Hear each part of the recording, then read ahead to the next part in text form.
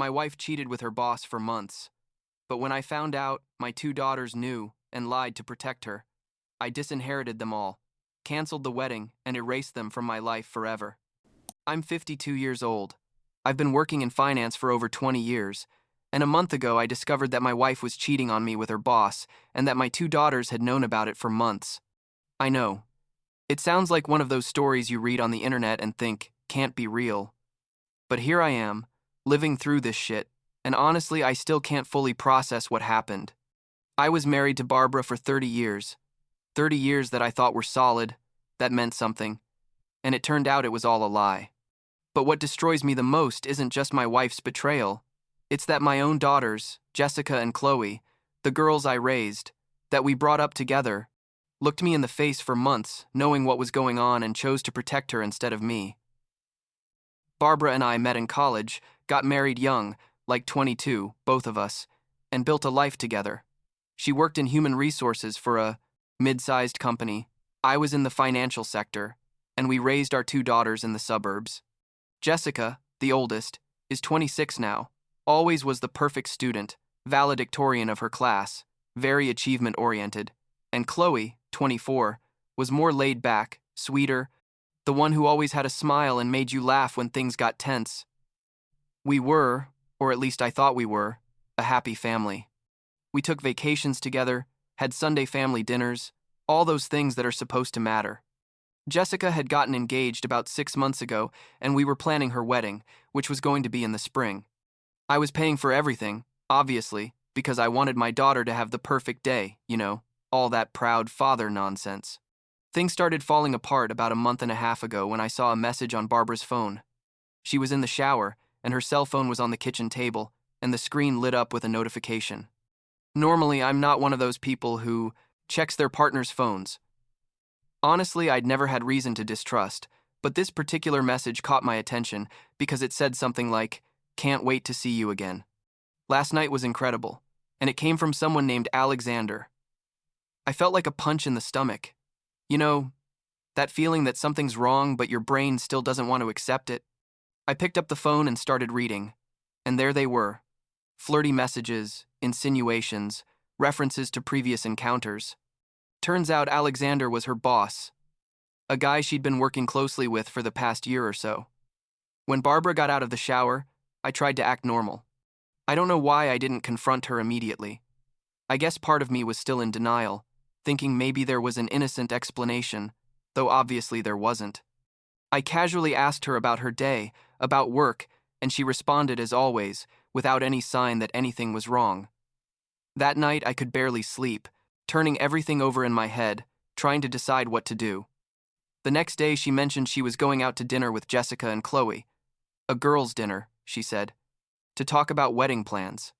That had happened before, it wasn't unusual, so I just said okay, have fun. But something inside me was telling me things didn't add up.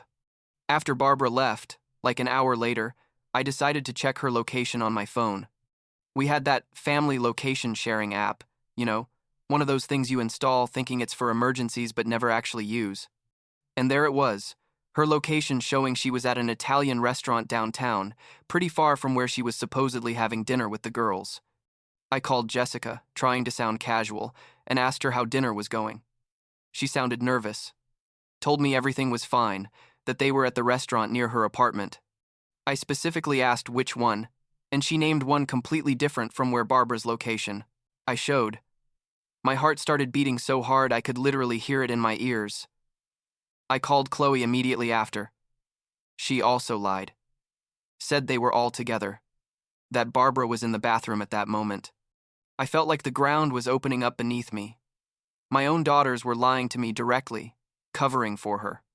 And without thinking twice, I grabbed my car keys and drove straight to the restaurant where Barbara's location showed. The drive was about 20 minutes, but it felt like an eternity. All kinds of thoughts going through my head, trying to convince myself that maybe there was a logical explanation, but knowing deep down there wasn't. When I got to the restaurant, an upscale French bistro-type place, I saw them through the window. Barbara was sitting at a table in the back, with a man I assumed was Alexander, and they weren't just having dinner like colleagues. She had her hand on his across the table. They were leaning toward each other, laughing. And the way she looked at him, God, it was the way she used to look at me years ago. I felt nauseous, literally thought I was going to throw up right there on the street. I pulled out my phone and took several photos through the window. My hands were shaking so badly I could barely keep the phone steady, but I managed to capture clear images of them holding hands, of Barbara touching his face. Everything. I didn't go into the restaurant. I didn't trust myself to maintain composure, and frankly, I didn't want to give her the satisfaction of a public scene. Instead, I went back to my car, sat there for what seemed like forever, trying to process what I'd just seen, and then I did something that was probably impulsive, but in the moment felt perfectly right. I opened our family group chat, the one where we always shared vacation photos and made plans, and sent the clearest photo of Barbara and Alexander holding hands. The message I put was simple. Just said, "Interesting girls' dinner," and turned off my phone. Then I drove straight to my brother Harold's house, which is about 40 minutes away. Harold and his wife met me at the door, obviously confused to see me show up unannounced at 10 at night. I told them everything, showed them the photos, explained that Jessica and Chloe had lied for Barbara. My sister-in-law started crying. Harold just hugged me and told me to stay as long as I needed. I turned on my phone about an hour later, and there were literally over 100 messages. Chloe had written me like 20 messages, apologizing, saying she was so sorry, that she never wanted to hurt me, that Barbara had put her in an impossible position. Jessica, on the other hand, sent me only 3 messages, and they basically said I was overreacting, that I needed to calm down and talk like adults. Overreacting. As if finding your wife of 30 years on a romantic date with another man while your daughters lie to you blatantly was something minor. Barbara called me probably 50 times. I sent her a single text message telling her not to contact me again, except through lawyers. That night I barely slept, stayed in Harold's guest room turning everything over. 30 years of marriage, 2 daughters I thought loved me, my entire family life, it all felt like a lie. And the worst part was, I didn't know how long this had been going on. Months? Years? How many other lies were there? How many times had Jessica and Chloe looked me in the eyes and lied to me? The next morning, Harold helped me put things in perspective. He told me something that stuck with me. He said that when people betray you this way, especially your own family, you have to ask yourself if they're really worth keeping in your life. I'd always thought that family is family, that you forgive and move on. But this felt different. This wasn't a mistake. It wasn't a momentary slip. This was deliberate and sustained deception, not just from Barbara, but from my own daughters. I spent the next few days getting my affairs in order. The first thing I did was call my bank and secure all our joint accounts. I transferred half the money to a new account in my name only, canceled all joint credit cards, basically made sure Barbara couldn't make any financial moves without my knowledge. Then I hired the most aggressive divorce lawyer I could find, a guy with a reputation for taking no prisoners, and gave him all the evidence I had. He told me that with the documented infidelity and the fact that we had substantial assets, I could probably come out of the divorce relatively well. After a week at Harold's house, I finally agreed to meet with Barbara. She chose a public cafe, I guess thinking I wouldn't make a scene in public. When I arrived, she looked terrible. Like she hadn't slept in days, eyes red and puffy. She started talking immediately, saying she was so sorry, that it had been a horrible mistake, that she never wanted to hurt me. I asked her how long it had been going on. I needed to know the full truth. She hesitated, and then admitted she'd been seeing Alexander for almost a year. A year. 12 months of lies, of deception, of coming home to me after being with him. I felt sick. I asked her why. And she gave me this whole explanation about how she felt unappreciated, how our relationship had become routine, how Alexander made her feel alive again. I listened without interrupting, waiting to feel something. Maybe anger, maybe sadness, but honestly, I just felt empty. When she finished, I simply told her I was proceeding with the divorce, that there would be no reconciliation, and that I hoped she and Alexander would be very happy together. She started crying, saying she still loved me, that we could work through this, but I'd already made my decision. 30 years meant something to me, but clearly not to her. Then came the issue of the girls. I told her I was cutting off funding for Jessica's wedding. Her wedding day was supposed to be in about 4 months, and I'd already put down like $30,000 in deposits, the dress, the venue, everything. Barbara became hysterical, saying I couldn't punish Jessica for her mistakes, that it was the most important day of her life. I told her that Jessica had chosen her side when she decided to lie to me and cover for her, and that if her wedding day was so important, she and Alexander could pay for it. I left the cafe before she could respond. A few days later, Chloe asked to meet with me. Unlike Jessica, who had kept her distance after that first message exchange, Chloe seemed genuinely devastated by what had happened. We met at a park near where we used to take them when they were kids. She arrived crying, apologized probably 10 times before we even sat down. She explained that Barbara had made her promise not to say anything, that she'd told her she was planning to end the relationship with Alexander and didn't want to ruin the family over something that was going to end anyway. She told me Jessica had known for longer that, in fact, she'd seen Barbara and Alexander together at a work event months ago. I asked Chloe why she hadn't told me anything, not even a hint, and she could only cry and repeat that she was sorry. She said she'd been torn, that she didn't know what to do, that she didn't want to be the one who destroyed the family. I explained as calmly as I could that the family was already destroyed, that the lie was what had destroyed it, not the truth. I tried to make her understand that when you choose to protect someone who's doing something wrong, you become part of that wrong. She nodded. But I could see she still didn't fully get it, still thought she'd been in an impossible position. Jessica was another story entirely. When she finally agreed to meet with me, it was at a restaurant near her work. She arrived 15 minutes late, which was typical of her lately, always busy, always important. She sat down and didn't even apologize for being late. Went straight to the point asking if I was really going to cancel her wedding. I told her I wasn't canceling anything, I just wasn't financing it anymore. She got furious, told me I was being immature, that Mom had made a mistake but everyone deserved a second chance, that I was ruining everyone's lives out of pride. I asked her if she knew how long it had been going on, and she admitted she'd suspected for like 5 or 6 months, and confirmed it 3 months ago when she saw Barbara and Alexander leaving a hotel. 5 months.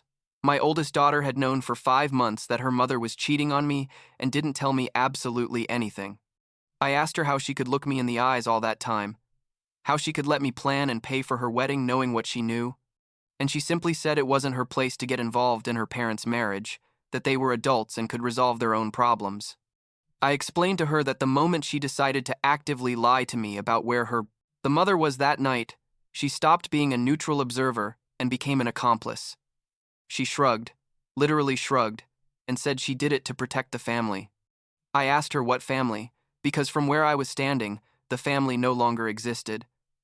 She called me dramatic, said I was letting my ego destroy decades of family history over an indiscretion.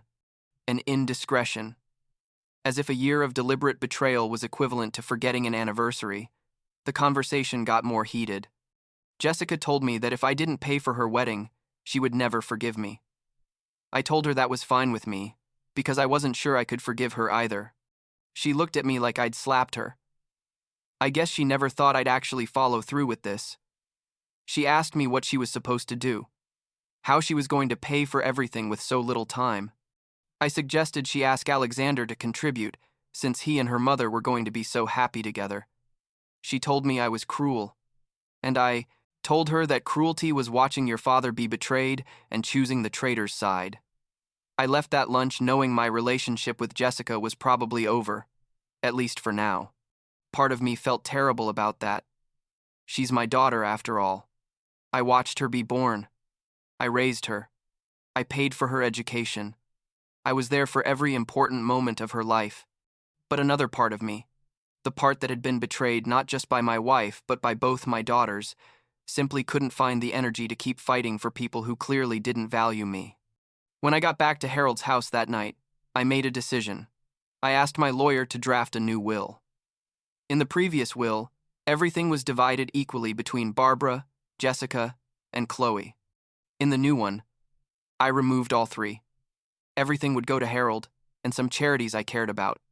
I also updated all my life insurance beneficiaries and retirement accounts. If something happened to me, I didn't want a cent going to any of them. It sounds harsh, I know. But in that moment, I felt it was the only fair thing. They had chosen their priorities, and I was choosing mine. Chloe called me crying a week later. She said Jessica was frantic, trying to find ways to pay for the wedding, that Barbara was devastated, that the whole family was falling apart. I asked her what she expected me to do about it. She begged me to reconsider, to at least pay for the wedding, that Jessica had nothing to do with the affair. I reminded her that Jessica had known about it for months and had actively lied to me. Chloe tried to defend her sister, saying Jessica had just been trying to keep the peace, but I was tired of excuses. I told her that if she and Jessica wanted to continue having a relationship with Barbara after all this, that was their choice. But they shouldn't expect me to pay for that choice. Jessica sent me a long email a couple days later. It was half apology, half accusation.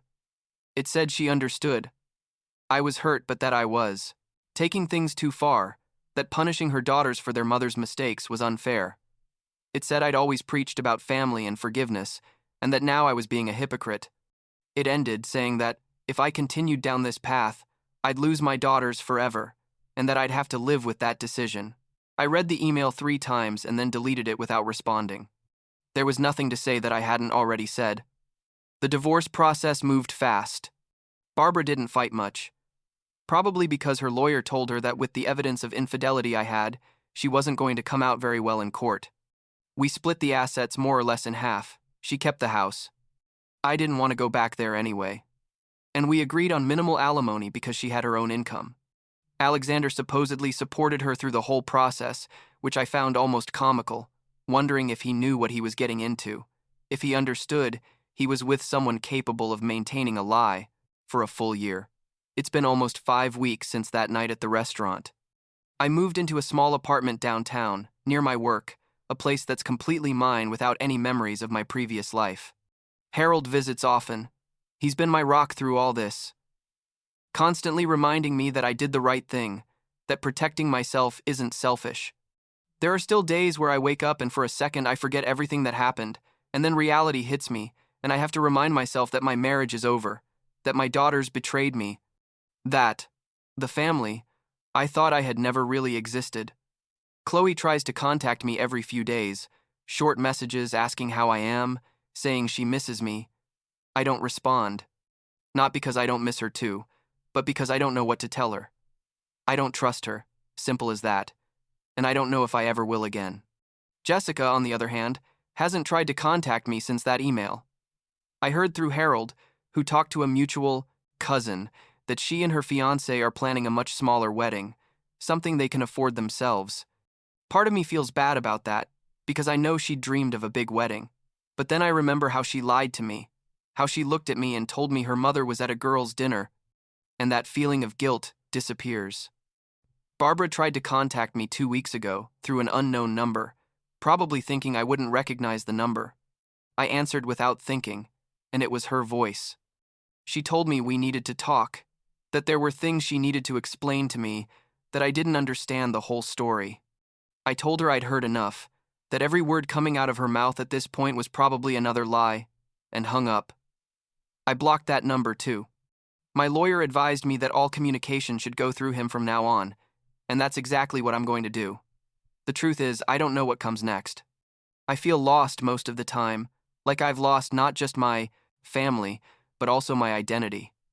For 30 years, I was Barbara's husband, Jessica and Chloe's father, and now I'm just Ronald, a 52-year-old man who has to rebuild his life from scratch. My work keeps me busy, which helps, and Harold makes sure I don't isolate myself completely, dragging me to dinners and social events, even when I'd rather stay alone in my apartment. What bothers me most, I think, isn't so much the affair itself, though obviously that hurts like hell. It's the complicity, the fact that my own daughters saw what was happening and actively chose to participate in the deception. Every time I think about those months where Jessica and Chloe knew, where they probably talked with Barbara about how to keep the secret, where they maybe even laughed at how naive I was, I feel physically sick. I wonder how many other conversations they had that I didn't hear. how many plans they had to make to keep me in the dark. People have asked me if I'd ever consider forgiving any of them, especially Chloe, who at least seems genuinely remorseful. Honestly, I don't know. Right now, the betrayal feels too fresh, too deep. Maybe, with time, I'll be able to process all this and find a way to have some kind of relationship with my daughters, but I can't imagine it now. And as for Barbara, there's absolutely nothing she can say or do that would make me want to have her in my life in any way. The divorce should be finalized in about 2 months. My lawyer says everything is proceeding smoothly, that Barbara is cooperating, probably because she knows she doesn't have much bargaining power. I've started thinking about what to do after everything is officially over. Maybe travel. Something Barbara and I always said we'd do, but never did, because there was always something more important. Maybe move to another city, start completely fresh where nobody knows me as the man whose wife cheated on him and whose daughters betrayed him. What I do know is that I'm not going to be that guy who, stays stuck in the past, who spends the rest of his life bitter and angry. I've already made the decision to cut my family out of my life, and while it hurts more than I can express, it also feels like the only way to protect myself, to maintain some dignity. Harold told me something the other night that really resonated with me. He said that forgiveness doesn't mean allowing people who hurt you to continue being in your life, that sometimes forgiveness is simply letting them go and moving forward without the weight of maintaining those broken relationships. Yesterday, Chloe sent me a long message, probably about 1,000 words, explaining again how she felt trapped between Barbara and me, how she didn't know what to do, how she never wanted to hurt me. It ended saying she loved me, that she'd always be my daughter no matter what, and that she hoped someday we could talk again. I read the whole message, felt that familiar mix of sadness and anger, and then left it unanswered. Not because I didn't care, but because I didn't have the energy to have the same conversation again. Apologies are words, and at this point, words don't mean much to me. So here I am, 52 years old, divorcing the woman I spent most of my adult life with, not speaking to the 2 daughters I raised since they were born, living in an apartment that still feels temporary. It's strange how your life can change completely in a matter of weeks. 2 months ago, I was planning my oldest daughter's wedding, thinking about the future, about the grandchildren I'd someday have, about growing old with Barbara. Now I spend my nights alone, eating takeout and wondering how I didn't see the signs before, how I was so blind to what was happening right in front of me. But you know what? Every day I get up, go to work, maintain my routine, and somehow I keep functioning. Harold says, that's progress. That the fact I haven't completely broken down is a sign I'm going to be okay eventually.